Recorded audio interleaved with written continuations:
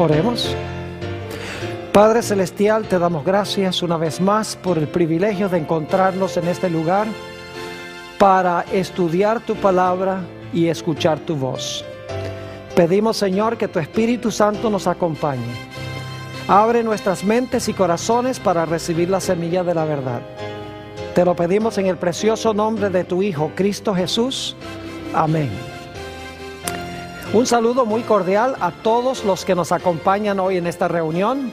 También quiero extender un saludo muy cordial a todos los que están viendo este programa en diferentes sitios del mundo de habla hispana. Estamos contentos de que hayan escogido acompañarnos en nuestro estudio de hoy. El título del tema de hoy es Génesis y el milenio apocalíptico. Y queremos comenzar nuestro estudio en el libro de Génesis, el capítulo 1 y el versículo 2. Génesis 1 y el versículo 2. Aquí está hablando de la condición de la tierra antes de la creación. Y dice esto: y la tierra estaba desordenada y vacía, y las tinieblas estaban sobre la haz del abismo, y el Espíritu de Dios se movía sobre la faz de las aguas. Ahora hay 4 conceptos claves que quiero subrayar en este versículo. En primer lugar, antes de la creación se dice que la tierra estaba desordenada. En segundo lugar, dice que la tierra estaba vacía. En tercer lugar, dice que la tierra estaba en tinieblas. Y en cuarto lugar, dice que la tierra era como un abismo. 4 conceptos claves: desordenada, vacía, sin luz, y se usa la palabra abismo. Ahora, es interesante notar cómo Dios obra en la semana de la creación. No voy a leer los versículos porque ustedes pueden leerlos en Génesis el capítulo 1, pero quiero describir la secuencia de días y qué fue lo que Dios creó en cada día para arreglar los 4 problemas que tenía el planeta. En primer lugar, Génesis 1 dice que Dios hizo la luz. En segundo lugar, dice que hizo el firmamento, es decir, la atmósfera. Y la Biblia dice que en el segundo día Dios separó las aguas de las aguas. Es decir, Dios colocó agua encima del planeta, que se conoce como la atmósfera, y Dios colocó aguas frescas debajo de la tierra. El tercer día Dios hizo tierra fértil y colocó sobre la tierra plantas y árboles y flores. El cuarto día Dios sincronizó el sol, la luna y las estrellas, es decir, ubicó el sol, la luna y las estrellas en sus lugares en el cielo para que pudieran ser funcionales y ayudar en el planeta. El quinto día Dios llenó los cielos de aves y llenó las aguas de peces. Y el sexto día, lógicamente, Dios llenó el planeta, o puso en el planeta, mejor dicho, a Adán y Eva, seres humanos.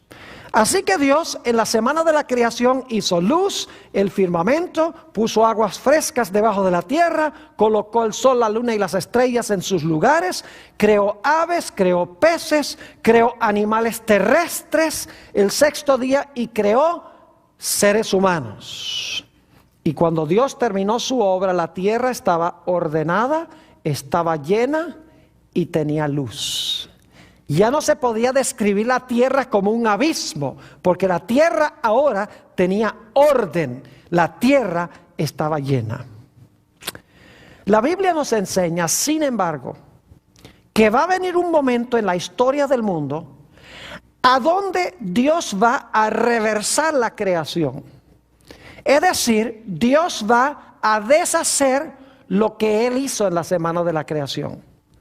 El libro de Apocalipsis, en el capítulo 16, y no lo vamos a leer tampoco porque son 21 versículos, pero en Apocalipsis 16, el versículo 1 al 21, encontramos la descripción de 7 plagas devastadoras que van a reducir el planeta a la condición en la cual se encontraba antes de la creación. Estas plagas catastróficas y cataclísmicas, devastadoras, lo que van a hacer es regresar al planeta a la condición en la cual se encontraba antes de la creación.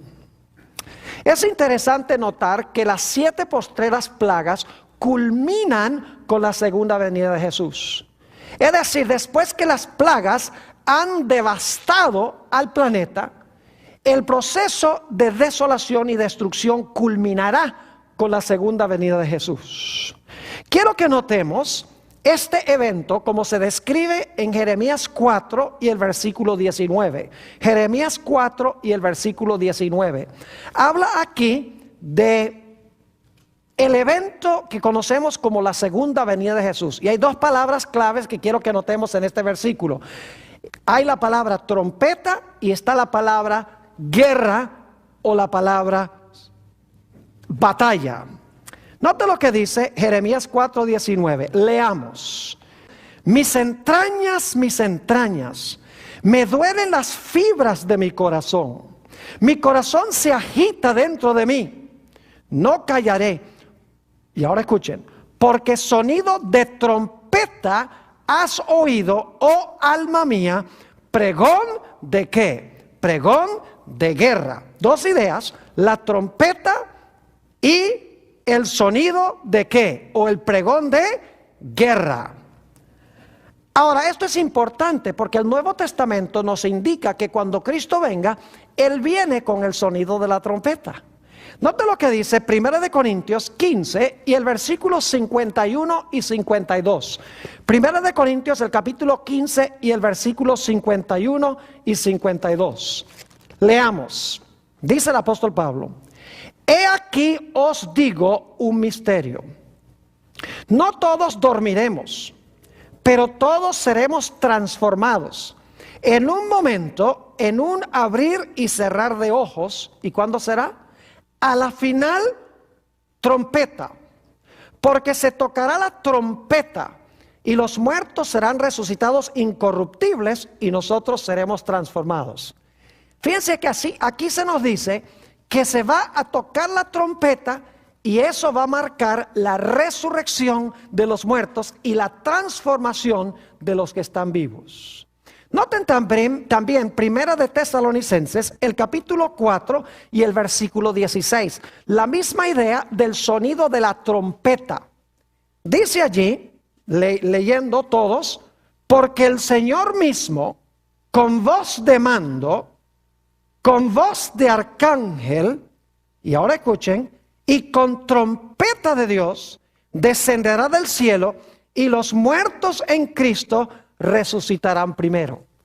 Fíjense que en todos estos textos, Jeremías, el capítulo 4 y el versículo 19, 1 Corintios 15, 51 y 52, y 1 de Tesalonicenses 4 y el versículo 16, tenemos la idea de que cuando Cristo venga va a sonar la trompeta. Y yo no sé si ustedes se dieron cuenta en Jeremías 4 y el versículo 19 que el corazón de Jeremías está latiendo a millón.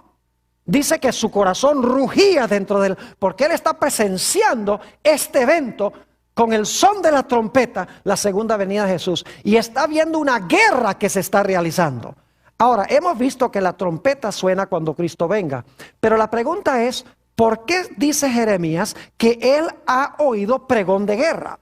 Vayan conmigo a Apocalipsis 19 y vamos a leer el versículo 11 y entonces vamos a saltar al versículo 14.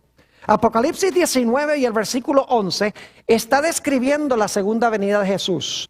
Y dice aquí, entonces vi el cielo abierto. Y he aquí un caballo blanco, y el que estaba sentado se llamaba Fiel y Verdadero, y con justicia juzga y ¿qué? Y pelea. Es decir, que el jinete del caballo blanco viene ¿a qué? A batallar o a pelear. Versículo 14, fíjese que no viene solo. Y los ejércitos celestiales, vestidos de lino finísimo, blanco y limpio, le seguían en caballos blancos. Y luego dice más adelante en el capítulo que la bestia y el falso profeta y los reyes de la tierra están parados para batallar contra el que se encuentra sentado en el caballo blanco y contra sus ejércitos. Es decir, que cuando Cristo venga, viene con el sonido de la trompeta, para despertar a sus hijos que están durmiendo. Y el son de la trompeta también es el llamado a la batalla contra el dragón, la bestia y el falso profeta. Ahora queremos notar algunos otros datos interesantes en cuanto a lo que sucede cuando el Señor Jesucristo venga. Note lo que dice Jeremías el capítulo 4 y el versículo 23 sobre lo que va a pasar con este planeta. Yo les mencioné que el planeta va a regresar a la condición en la cual se encontraba antes de la creación. Es decir, Dios va a reversar la creación. Fíjense lo que dice Jeremías el capítulo 4 y el versículo 23. Miré a la tierra y he aquí que estaba asolada y vacía, y a los cielos y no había en ellos ¿qué? Luz. Yo pregunto, ¿hemos leído algún otro versículo que tiene lo mismo? Claro que sí. La terminología es idéntica a la que encontramos en Génesis 1:2. Dice que la tierra estaba desordenada, aunque dice asolada, es la misma palabra hebrea, desordenada y vacía, y en los cielos no había ¿qué? Luz. Ahora fíjense que este es Jeremías 4:23. Acabamos de leer en el versículo 19 que lo que va a causar que la tierra quede asolada y vacía y sin luz es que Jeremías ha presenciado el son de trompeta y el llamado a la batalla.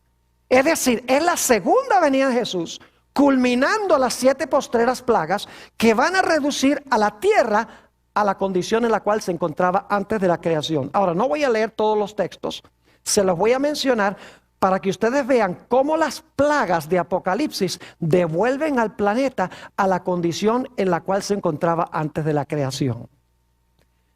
Apocalipsis 16, 4 y 5. Nos dice que las fuentes de las aguas, fíjese que Dios colocó debajo del planeta el segundo día, las fuentes de agua dulce, dice que se van a tornar todas en sangre, dice en la segunda plaga, y en la primera el mar se convierte en sangre. Es decir, que se va a reversar ese aspecto de la creación. Ya las aguas no van a ser aguas frescas que se puedan beber. En Apocalipsis 16, 20 dice que las islas y las montañas van a ser removidas de sus lugares. Es decir, la superficie de la tierra que Dios hizo hermosa el tercer día de la creación, ahora se va a resquebrajar y se va a desordenar. Porque islas van a desaparecer, montañas van a ser tragadas por el mar. Además de eso, en Jeremías 4:26, que es en el mismo capítulo donde leímos en cuanto a la tierra asolada, vacía y sin luz, se nos dice que Jeremías vio la tierra y la tierra era un desierto. Es decir, la tierra fructífera se volvió un desierto, lo cual significa que toda la vegetación que producía fruto va a ser destruida. Especialmente por el sol de la cuarta plaga que va a quemar todo con un intenso calor. Es decir, la tierra resquebrajada, las fuentes de las aguas llenas de sangre. Y además de eso, la superficie de la tierra trastornada. La tierra fructífera sin plantas, sin árboles, sin flores, todo destruido.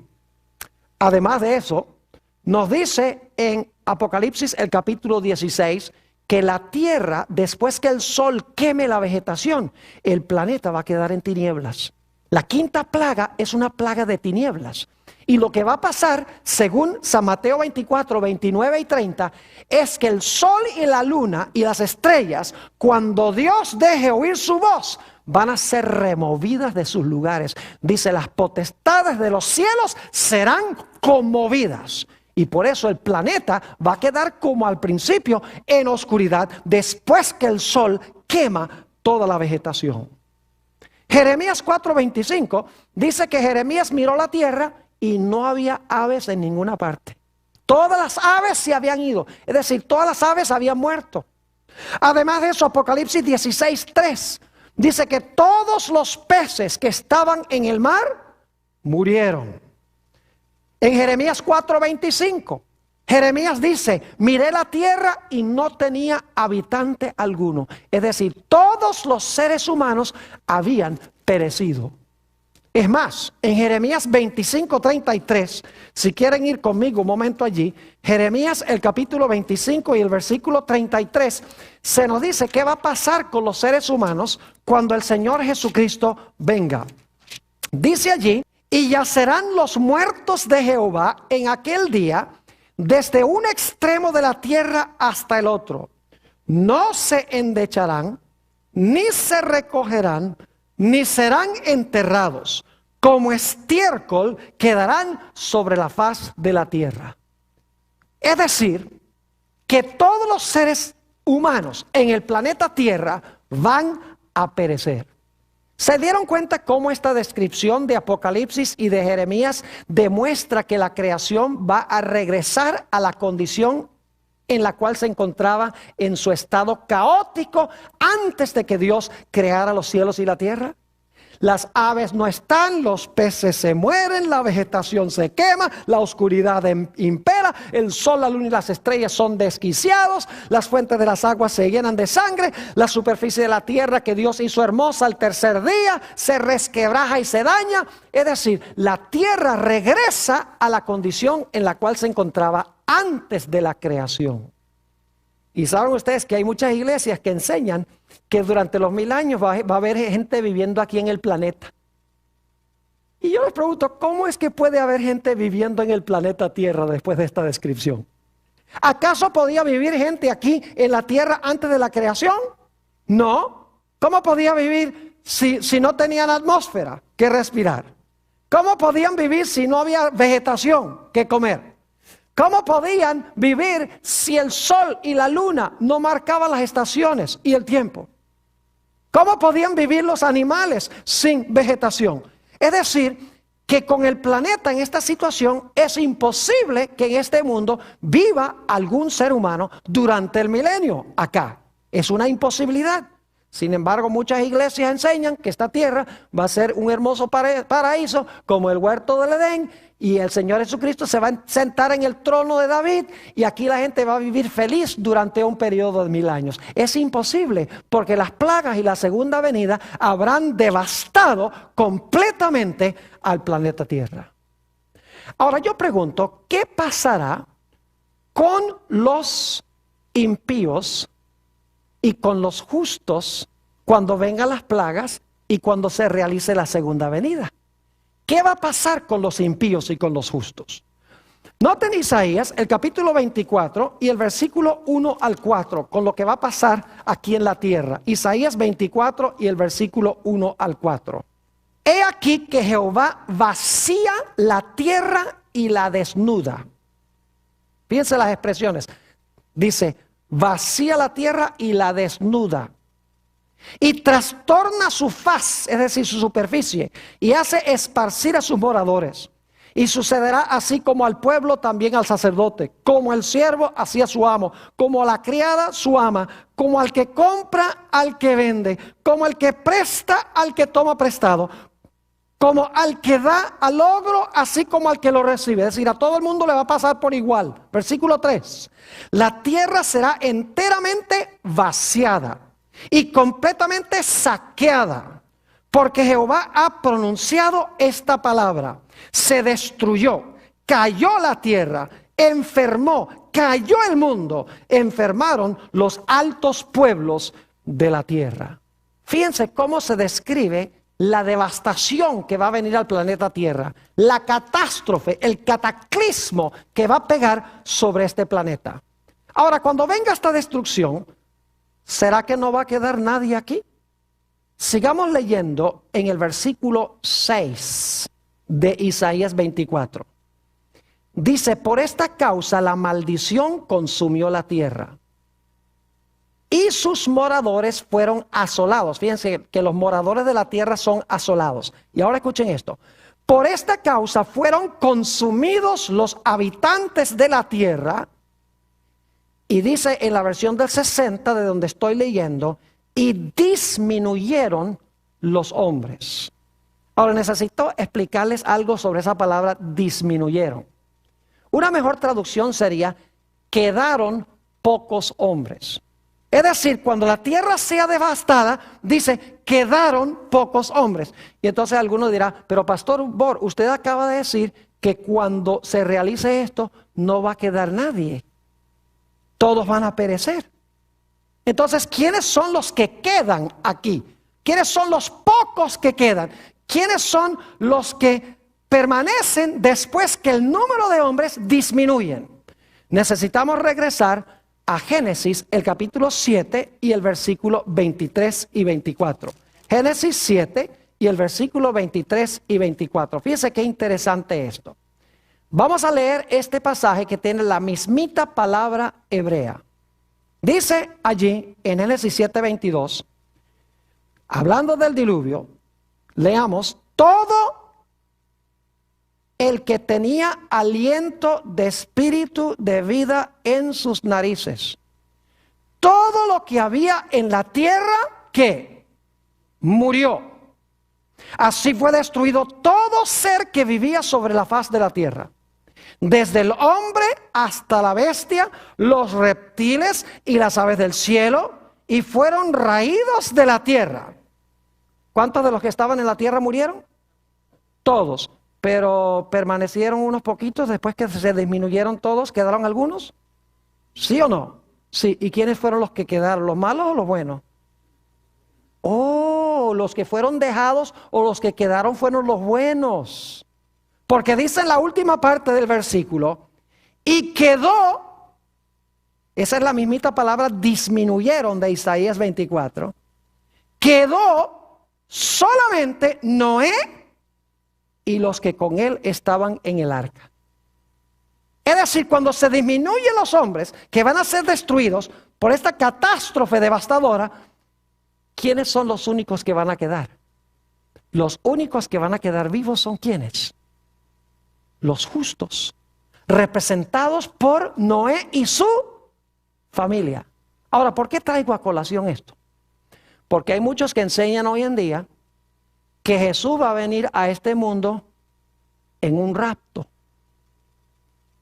7 años antes de su venida gloriosa, y se va a llevar al cielo en el rapto a los fieles. Y cuando venga, van a morir muchos de los que están sobre la tierra, pero van a quedar algunos impíos vivos, porque Jesús 7 años más tarde va a regresar. No es posible esto. Porque nos dice Jesús que como fue en los días de Noé, así será la venida del Hijo del Hombre. Es decir, como pasó allá, va a pasar en el futuro. Ahora yo pregunto, cuando Noé entró al arca, ¿había 2 grupos de impíos afuera? ¿Muchos que murieron y quedó otro grupo de impíos? No. ¿Murieron todos los impíos cuando Noé y su familia estaban en el arca? Sí. Ahora yo pregunto, cuando Cristo venga, ¿todos los impíos van a morir? Eso lo enseña la Escritura. Todos los impíos mueren. ¿Y quiénes son los únicos que quedan? Los únicos que quedan son los fieles, los que han recibido a Jesús. Mucha gente entiende mal, por ejemplo, Mateo 24 y el versículo 40 y 41. Vamos a leer esos versículos, Mateo 24, 40 y 41. Ahí habla de lo que va a pasar cuando el Señor Jesucristo venga. Dice allí, leamos, entonces estarán 2 en el campo. El uno será tomado y el otro será ¿qué? Dejado. Quiero preguntarles, ¿quién es el tomado y quién es el dejado? La mayoría de las iglesias dicen que el tomado es el que Cristo toma para el cielo y el dejado es el que se queda atrás. Pero en realidad la Biblia enseña que el que es tomado por destrucción. Y el que es dejado es el que queda, como Noé y su familia. Sigue diciendo, 2 mujeres estarán moliendo en un molino. La una será tomada y la otra será dejada. Una es tomada por la destrucción y la otra es dejada ¿con qué? Es dejada con vida. Y algunos dicen, ¿será esa una interpretación correcta? Miremos los versículos que vienen inmediatamente antes de estos versículos. Noten Mateo 24 y el versículo 37 al 39. Dice allí, y leo, mas como en los días de Noé, así será la venida del Hijo del Hombre. Porque como en los días antes del diluvio, estaban comiendo y bebiendo, casándose y dando en casamiento, hasta el día en que Noé entró en el arca. Y no entendieron hasta que vino el diluvio y se los llevó a todos. Así será también la venida del Hijo del Hombre. ¿Qué dos grandes eventos se comparan? Los días de Noé y el día de ¿qué? De la venida de Jesús. Ahora yo pregunto, cuando la destrucción vino en los días de Noé, ¿quiénes fueron tomados por el diluvio? Los impíos. ¿Y quiénes fueron dejados con vida? Noé y su familia. Dice, ¿solo quedó o fue dejado quién? Noé con su familia. Cuando Cristo venga, ¿quiénes van a ser los que van a ser tomados por la destrucción? Los impíos. ¿Quiénes son los que van a ser dejados con vida? ¿Quiénes son los que van a quedar? Los justos, como Noé y su ¿qué? Y su familia. Es decir, que cuando las plagas caigan, cuando Cristo venga, va a haber solamente dos grupos. Los que van a ser destruidos, todos ellos, como todos los impíos, fueron destruidos por el diluvio. Y los que van a quedar con vida, que son ¿quiénes? Que son los justos. ¿Está claro este punto? Ahora, ¿qué va a suceder con los justos cuando el Señor Jesucristo venga? Bueno, sabemos que la tierra va a estar desordenada y vacía. Nadie va a poder habitar aquí, porque las plagas habrán devastado todo. Entonces surge la pregunta, ¿a dónde van a vivir los hijos de Dios durante los 1000 años? La respuesta bíblica es muy clara. Noten San Juan, el capítulo 14 y el versículo 1 al 3. San Juan 14 y el versículo 1 al 3. Es un texto que casi ni tenemos que buscarlo, pero podemos repetir de memoria. Pero leámoslo. Dice Jesús, no se turbe vuestro corazón. ¿Creéis en Dios? Creed también en mí. En la casa de mi Padre, ¿dónde queda la casa del Padre? Padre nuestro que estás en los cielos. En la casa de mi Padre muchas ¿qué? Muchas moradas hay. De otra manera os lo hubiera dicho. Voy pues, ¿a dónde se iba a ir Jesús? Al cielo. Voy pues a preparar lugar para vosotros. Y si me fuere y os aparejare lugar, vendré otra vez y os tomaré a mí mismo para que donde yo estoy vosotros también estéis. ¿Qué prometió Jesús? Que Él iba a venir a buscarnos para llevarnos ¿a dónde? A la casa de su Padre. Es decir, cuando Cristo venga, Él no va a poner su reino aquí para quedarse con su pueblo, porque la tierra va a estar desordenada y vacía y sin luz. Dice aquí que Él está preparando un lugar en el cielo para llevar a sus hijos a la casa de su Padre. Y eso sucede a la segunda venida de Jesús. Noten también 1 de Tesalonicenses 4 y el versículo 15 al 17. Primera de Tesalonicenses, el capítulo 4 y los versículos 15 hasta el versículo 17. Leo. Porque el Señor mismo, con voz de mando, con voz de arcángel y con trompeta de Dios, descenderá del cielo. Y los muertos en Cristo resucitarán primero. Luego nosotros los que vivimos, los que hayamos quedado, fíjese, ¿quiénes son los que han quedado? ¿Los malos o los buenos? Los buenos. Dice, luego nosotros los que vivimos, los que hayamos quedado, ahora escuchen esto, seremos arrebatados juntamente con ellos, es decir, con los que murieron y resucitaron, juntamente con ellos, en las nubes, para recibir al Señor en el ¿qué? En el aire. Y así estaremos siempre con el Señor. Yo pregunto, ¿Jesús viene hasta el planeta Tierra para establecer su reino acá?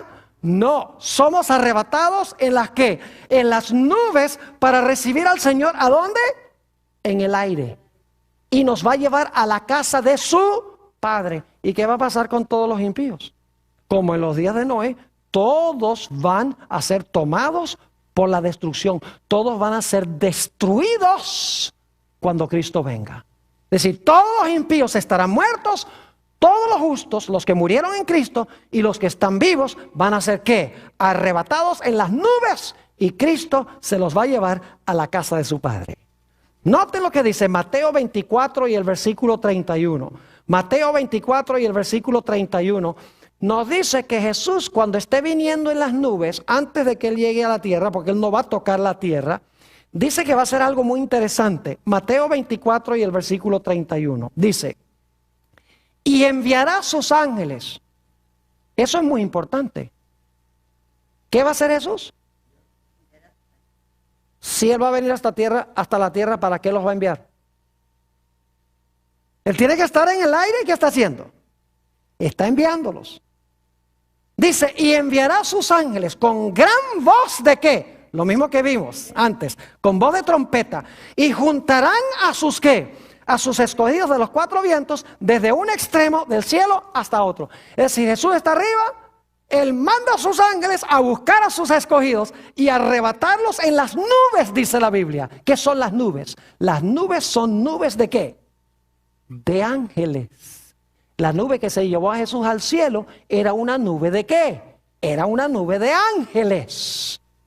Es decir, que cuando Cristo venga, y aún antes de que venga con las plagas, la tierra será reducida a una ruina total. Todos los impíos mueren. Los justos son librados por Jesús, arrebatados en las nubes y son llevados a la casa del Padre, recogidos por los ángeles que son representados por las nubes. Pero ahora necesitamos hablar un poquito más de lo que va a pasar con los impíos y con Satanás y sus ángeles cuando Jesús venga. Vayan conmigo a Isaías el capítulo 28. El capítulo 24, y vamos a leer empezando en el versículo 18. Isaías el capítulo 24 y el versículo 18. Y ustedes van a ver la descripción catastrófica que se da aquí.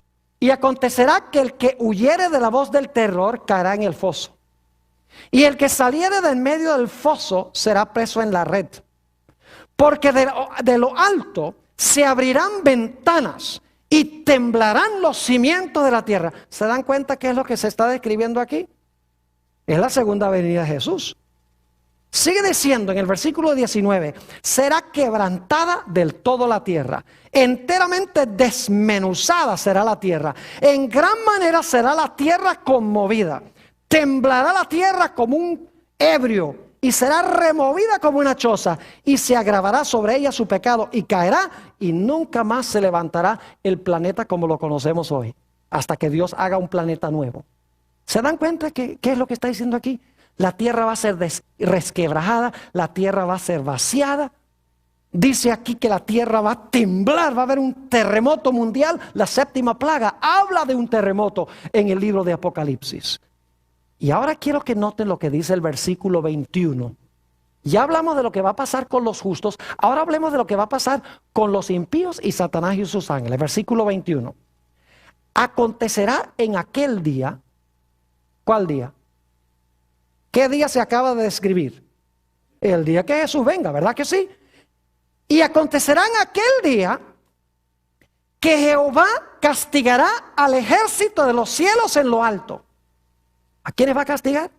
Al ejército de los cielos o al ejército celestial. ¿Y a quiénes más va a castigar? Y a los reyes de la tierra, ¿qué? Y a los reyes de la tierra sobre la tierra. Dos grupos van a ser castigados cuando concluyen las plagas y Cristo venga. El ejército celestial y ¿quiénes? Y los reyes de la tierra. Ahora, en primer lugar, hablemos del ejército celestial que va a ser castigado cuando Jesús venga. ¿Quién es el ejército celestial? No cabe duda que el ejército celestial son los ángeles. Nota lo que dice el libro de Efesios, el capítulo 6 y el versículo 12. Efesios 6 y el versículo 12. Y podríamos leer muchos versículos más donde se habla de que Satanás es el príncipe del aire. Dice allí en Efesios 6, 12, porque no tenemos lucha contra sangre y carne, sino contra principados. Contra carne y sangre significa no estamos luchando contra seres humanos, sino contra principados, contra potestades, contra los gobernadores de las tinieblas de este siglo, contra huestes espirituales de maldad, ¿dónde? En las regiones celestiales. No estamos luchando contra seres humanos, sino que estamos luchando contra poderes espirituales que se encuentran ¿dónde? En los lugares celestes. ¿Quiénes son esos contra quienes estamos luchando? Que no son seres humanos. Son Satanás y sus ángeles. Exactamente. Entonces, ¿quiénes van a ser castigados cuando Jesús venga? El ejército celestial. No puede ser los ángeles buenos que va a castigar, porque los ángeles buenos no hay que castigarlos. Es decir, va a castigar a Satanás y a sus ángeles. ¿Y a quiénes más va a castigar? Noten Apocalipsis el capítulo 19, Apocalipsis el capítulo 19 y el versículo 19. Ya culmina la batalla cuando Jesús viene sobre el caballo blanco, las huestes celestiales vienen con él. Dice en el versículo 19, y vi a la bestia y a los reyes de la tierra y a sus ejércitos. ¿Quiénes están reunidos contra Jesús? La bestia y ¿quiénes? Y los reyes de la tierra, reunidos para guerrear contra el que montaba el caballo y contra su ejército. Y fíjense lo que va a pasar con los que se levantan, con los reyes que se levantan contra Dios. Versículo 21, y los demás fueron muertos con la espada que salía de la boca del que estaba sentado sobre el caballo, y todas las aves se saciaron de las carnes de ellos. ¿Va a castigar Jesús a los reyes de la tierra cuando Él regrese? ¿Cómo no? ¿Va a castigar a los ejércitos celestiales? Claro que sí. Va a castigar también a los ejércitos celestiales. Por eso Isaías, el capítulo 24 y el versículo 21 dice que en aquel día Jehová castigará al ejército celestial, que son Satanás y sus ángeles, y a los reyes de la tierra que se encuentran sobre la tierra. El libro de Apocalipsis deja en claro este punto. Ahora, la pregunta clave es, ¿cómo van a ser castigados? Dice que serán castigados. Los ejércitos celestiales y los reyes de la tierra, cuando Jesús venga, van a ser castigados. Los hijos de Dios no van a ser castigados, esos van a ir al cielo, arrebatados en las nubes, para ir a la casa del Padre. Pero ¿cuál será su castigo? Yo quiero que ustedes noten que el castigo de Satanás y sus ángeles y el castigo de los reyes de la tierra tiene dos etapas. Vayan conmigo otra vez a Isaías, el capítulo 24, y vamos a leer el versículo 22. Isaías 24 y el versículo 22. Aquí habla del castigo. Dice, y serán amontonados, como se amontona a los encarcelados, ¿en qué? En mazmorra. Y en prisión quedarán, ¿qué? Encerrados. ¿Cuál va a ser el castigo de ellos? Van a ser echados a la mazmorra. ¿Y van a quedar encerrados en qué? Van a quedar encerrados en prisión. Y ustedes dicen, ¿qué quiere decir eso, pastor?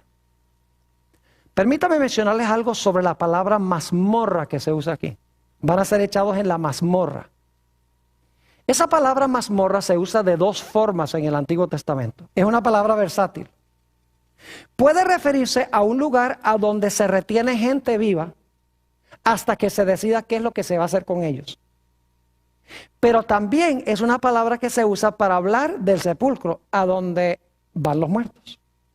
Es decir, puede referirse a gente viva, retenida en ese lugar, hasta que se decida qué se va a hacer con ellos. Y también puede referirse a gente que permanece en el sepulcro, allí donde van los muertos. Ahora, hay una razón por la cual Isaías usó esta palabra versátil, mazmorra. Y en un momento les voy a decir por qué. Pero permítame darles un par de ejemplos donde se usa la palabra mazmorra en el sentido de retener a alguien vivo mientras se decida qué se va a hacer con él. Solamente me voy a referir a estos textos, porque no tenemos tiempo de leerlos todos, pero en Génesis 37, 24 y 25, ¿recuerdan a José cuando lo echaron los hermanos en una cisterna?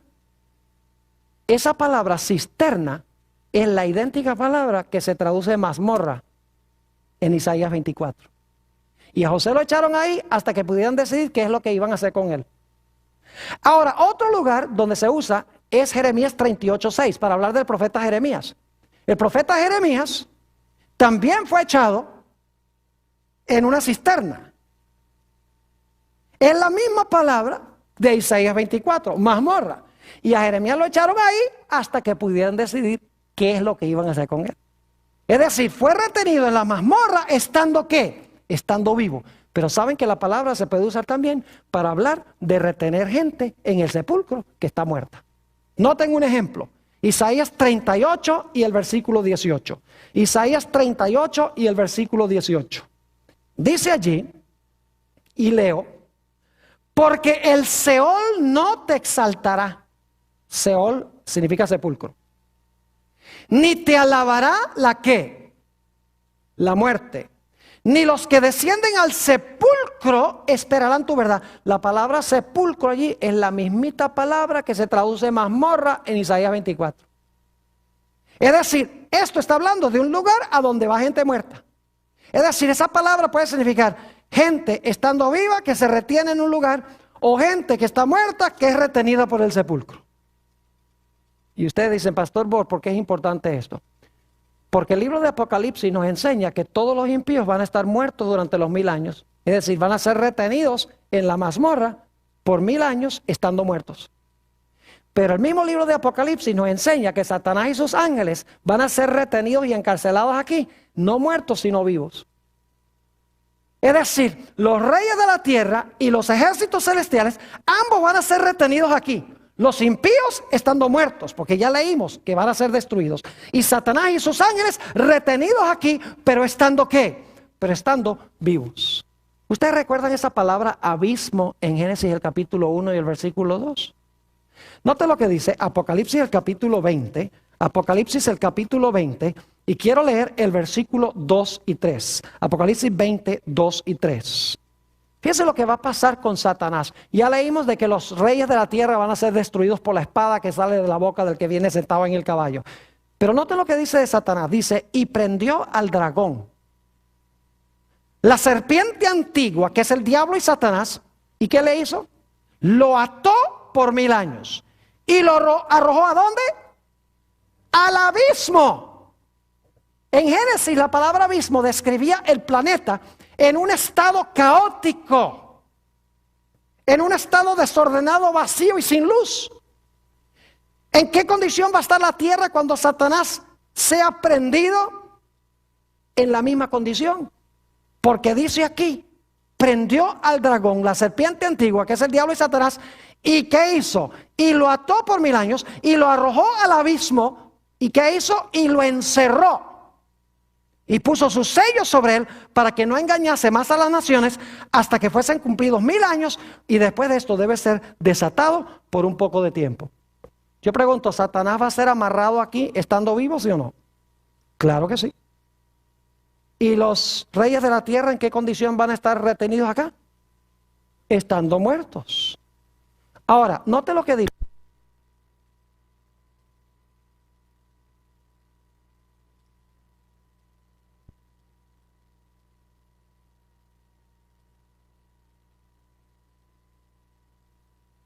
Dice que serán echados en la mazmorra y en prisión quedarán encerrados.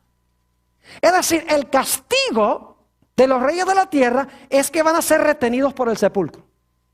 El castigo de Satanás y sus ángeles es que van a ser amarrados o atados en la mazmorra, en la prisión del planeta Tierra, en forma abismal, como estaba el mundo originalmente antes de la creación. ¿Están entendiendo lo que estoy diciendo? ¿Van a estar muertos todos los impíos durante los 1000 años? Sí, porque si ustedes leen Apocalipsis 20 y el versículo 5, dice, los otros muertos no vivieron de nuevo, sino hasta que se cumplieran los 1000 años. Y los otros muertos tienen que ser los muertos malos, porque los muertos en Cristo fueron resucitados cuando Cristo vino y se los llevó para el cielo. Así que los otros muertos tienen que ser los malos. Los unos muertos son los justos que resucitan cuando Cristo venga. Los otros muertos que no resucitan sino hasta el final de los 1000 años, tienen que ser ¿quiénes? Tienen que ser los impíos. Es decir, durante los 1000 años, los hijos de Dios van a estar en el cielo, mientras que los impíos van a estar todos muertos y Satanás y sus ángeles van a estar amarrados en el planeta Tierra. Y créame que Dios no va a usar una cadena literal. El poder de Satanás radica en el hecho de que tiene gentes que puede usar para cumplir sus propósitos. Pero como toda su gente está muerta, está amarrado.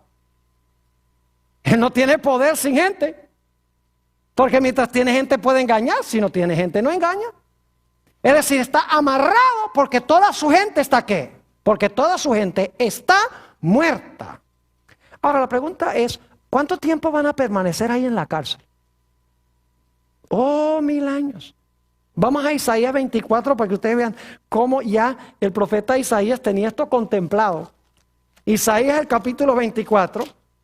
Y noten lo que dice otra vez el versículo 22. Serán amontonados como se amontona a los encarcelados en mazmorra. Y en prisión quedarán encerrados. Y ahora escuchen esto. Y serán castigados después de muchos días. ¿Está captando lo que está diciendo? Cuando Jesús venga, ¿qué va a pasar con los impíos y con Satanás? ¿Van a ser echados en qué? En la prisión. ¿Cuánto tiempo van a quedar en la prisión? Aquí dice muchos días. ¿Cuántos son los muchos días? Apocalipsis dice que son 1000 años. ¿Está captándolo o no? 1000 años. Ahora, ¿cuántas etapas de castigo tienen los impíos y Satanás? Tienen 2. Noten la última parte otra vez del versículo 22. Dice, y serán castigados después de muchos días. Pero ya leímos que cuando Jesús venga, va a castigar al ejército celestial y va a castigar a los reyes de la tierra y los va a echar a la cárcel. Ahí los castigó. Pasan muchos días y luego dice aquí en el versículo 22 que después de los muchos días son castigados de nuevo. Es decir, el castigo de Satanás y sus ángeles y de los impíos tiene 2 etapas. Una etapa es cuando Cristo venga y los eche a la cárcel. Y la segunda etapa es después que pasan los muchos días o los 1000 años, entonces van a ser castigados. Es decir, van a ser destruidos de una vez por todas, lo que la Biblia llama la muerte segunda. Y yo pregunto, ¿qué van a hacer los hijos de Dios durante esos 1000 años? ¿Se han preguntado ustedes alguna vez por qué razón cuando Cristo venga, su segunda venida no acaba con los malos y con Satanás y sus ángeles de una vez? ¿Por qué es que viene, los encarcela y luego 1000 años pasan y después es al final de los 1000 años que los destruye? ¿Por qué no acaba de una vez con ellos y que no haya nada de 1000 años? ¿Saben por qué? Porque el pueblo de Dios va a tener un trabajito que hacer durante el milenio. Todos los impíos van a estar muertos aquí, Satanás y sus ángeles. Y los hijos de Dios en el cielo van a desempeñar una obra de juicio. Van a juzgar a los que se quedaron en la tierra. Para que todo el universo vea por qué se quedaron aquí. ¿Por qué no se los llevó Dios? Para que todos puedan ver la justicia de Dios. Eso lo dice Apocalipsis 24. Apocalipsis capítulo 20 y el versículo 4 dice que se sentaron sobre tronos los justos y les fue dada la facultad de juzgar. También se menciona en 1 Corintios 6, 1 al 3. Si quieren ir conmigo allí, vamos a leer 1 Corintios capítulo 6 y el versículo 1 al 3. El apóstol Pablo está hablando aquí de los hermanos que llevan a juicio a otros hermanos. Dice esto, y leo: ¿osa alguno de vosotros, cuando tiene algo contra otro, ir a juicio delante de los injustos y no delante de los santos? ¿O no sabéis que los santos han de juzgar al mundo? ¿Quiénes van a juzgar al mundo? ¿Los quiénes? Los santos. Y la palabra mundo significa los que no están con Cristo, los mundanos, en otras palabras. Y luego dice, y si el mundo ha de ser juzgado por vosotros, ¿sois indignos de juzgar cosas muy pequeñas? ¿O no sabéis que hemos de juzgar a quiénes? ¿Hemos de juzgar a los ángeles? ¡Wow! Es decir, vamos a juzgar no solamente al mundo, los santos al mundo, los mundanos, los perdidos, sino que los santos van a juzgar a ¿quiénes? A los ángeles. No puede ser los ángeles buenos porque los ángeles buenos no necesitan juicio. Tiene que ser los ángeles malos. Dios va a abrir los libros y nos va a dar la posibilidad de ver qué hicieron los ángeles y qué hicieron los impíos para perderse. Y después de los 1000 años, leamos en Apocalipsis 20, 7 al 9 lo que va a suceder.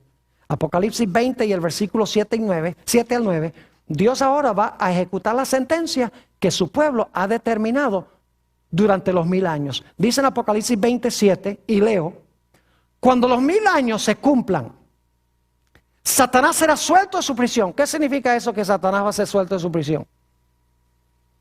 Tiene que ser que el resto de los muertos ahora resucitan y con su gente ya tiene poder otra vez. ¿Y qué hará? Y saldrá a engañar a las naciones que están en los 4 ángulos de la tierra, a Gog y a Magog, a fin de reunirlos para la batalla, el número de los cuales es como la arena del mar. Y subieron sobre la anchura de la tierra y rodearon el campamento de los santos y la ciudad amada. ¿Qué va a hacer Satanás con todos los impíos que ahora han resucitado? Van a rodear ¿qué? La santa ciudad, con el fin de destruir a la ciudad. Y yo pregunto, ¿a dónde están los santos? Dentro de la ciudad. ¿Y de dónde vino la ciudad? Del cielo. Entonces, ¿a dónde estaban los santos durante los 1000 años? Yo no sé si captaron mi punto o no. La ciudad desciende del cielo.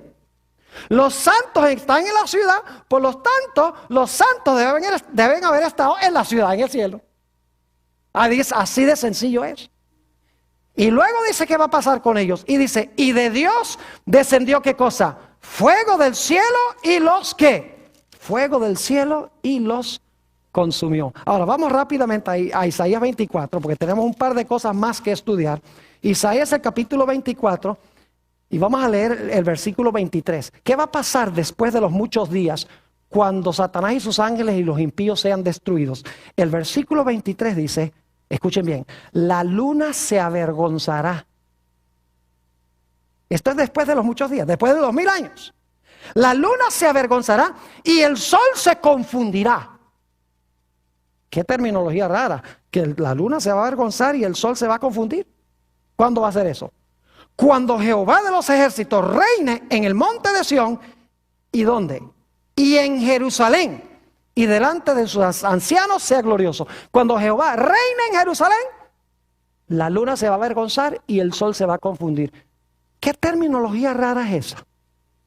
Pues vamos a ir a Apocalipsis, el capítulo 21 y el versículo 2. Isaías, el capítulo 21 y el versículo 2 dice, y yo, Juan, vi la santa ciudad, la nueva Jerusalén, descender del cielo de Dios, dispuesta como una esposa ataviada para su marido. ¿Qué pasa después de los 1000 años? Se ve la nueva Jerusalén, igual que en Isaías 24, se ve a Jehová reinando en Jerusalén.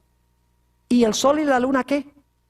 Note lo que dice el capítulo 21 y el versículo 23.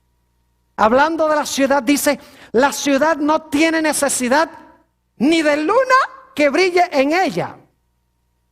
¿Ni de qué? Ni de sol. Porque la gloria de Dios la ilumina y el Cordero es su lumbrera.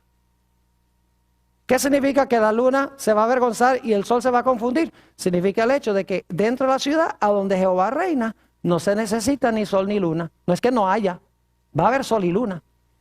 Pero sería, con la gloria de Dios, sería como prender una linterna a mediodía. La linterna se opaca ante la luz del sol. Ahora, una o dos cosas más antes de que terminemos. Y aquí viene la parte más linda. Dios va a hacer cielos nuevos y tierra nueva. Lo dice Apocalipsis 21:1, también segunda de Pedro, el capítulo 3 y el versículo 13. Ahora escuchen lo que les voy a decir. ¿Cuántos días creen ustedes que va a usar Dios para hacer un cielo nuevo y una tierra nueva? Después que los impíos sean destruidos, Satanás y sus ángeles sean destruidos. ¿En cuántos días creen ustedes que Dios va a hacer cielos nuevos y tierra nueva? ¿Será que va a hacer el mundo otra vez en 6 días? Sí, Señor. Pero hay una gran diferencia.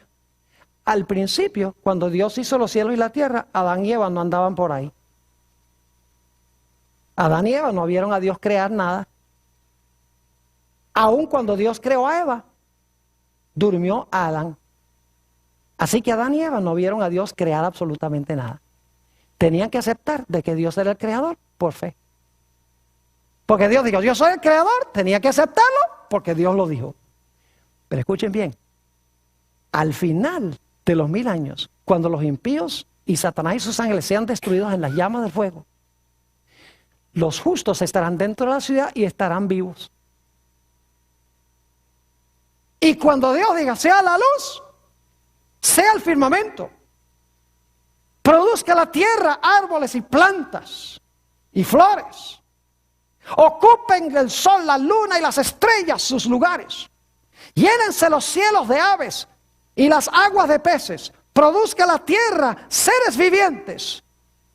Cuando Dios esté diciendo eso, los hijos de Dios van a estar probablemente sentados sobre los muros de la ciudad, viendo a Dios hacerlo. Ya no va a ser por fe, sino que va a ser por vista. Y algunos dicen, pastor, ¿no estará especulando? Nuestro último texto, Isaías 66 y el versículo 22 y 23. Isaías 66 y el versículo 22 y el versículo 23. Dice aquí: porque como los cielos nuevos y la nueva tierra que yo hago permanecerán delante de mí, dice Jehová, así permanecerá vuestra descendencia y vuestro nombre.